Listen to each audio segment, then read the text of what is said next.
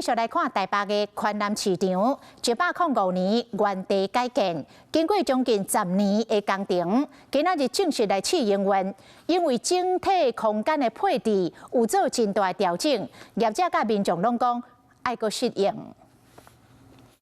今日来市场内底所在，通更个看看青色菜色、蓝色西sản，无共种类摊商，佮用湿水来分。什么去2楼佮当塞车坐电梯，历经真济历史纷杂昆南市场，民国67年启用，105年拆掉改建，还烧要10年时间。今仔日开始试营运，蛮清楚的，青菜啊、猪肉啊、海鲜、鸡鸭都蛮那个。现在年轻人是比较多，有稍微多一点啊，因为环境 的关系有改变，民众对空间改变感受真深。原本宽南市场面积超3500平，经过改建来到7-8千平，增加2倍左右。空间配置冇大改变，分散伫咧1、2楼摊商拢整理伫咧1楼，2楼除了美食街、毛色专门整理会所在，互市场变更加清气淡淡，走向超市化发展。因为我们毕竟从小就在市场待过，所以我们就一直想要改变这个观念，推就是我们的整个冷冻设备都要全部把它滑下去。参考各国案例，希望西市野卖当真优雅。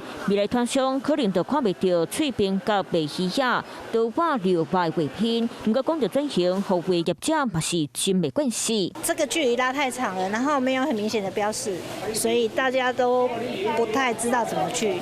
刚开始还是有点乱了，可是要找一下。那当然对业者来讲，它是一些额外的支出。那这个后续其实对消费者是更有吸引力的，而且对于一些所谓的卫生环境啊，也都有一个更好的改善的话，业者当然可能是相对比较可以接受。市场总干事讲，预计今年2月底到3月初，宽南市场得正式上路。现阶段的试营运会根据业者和消费者的想法来做调整，咁会当转型成功，外界拢等你看。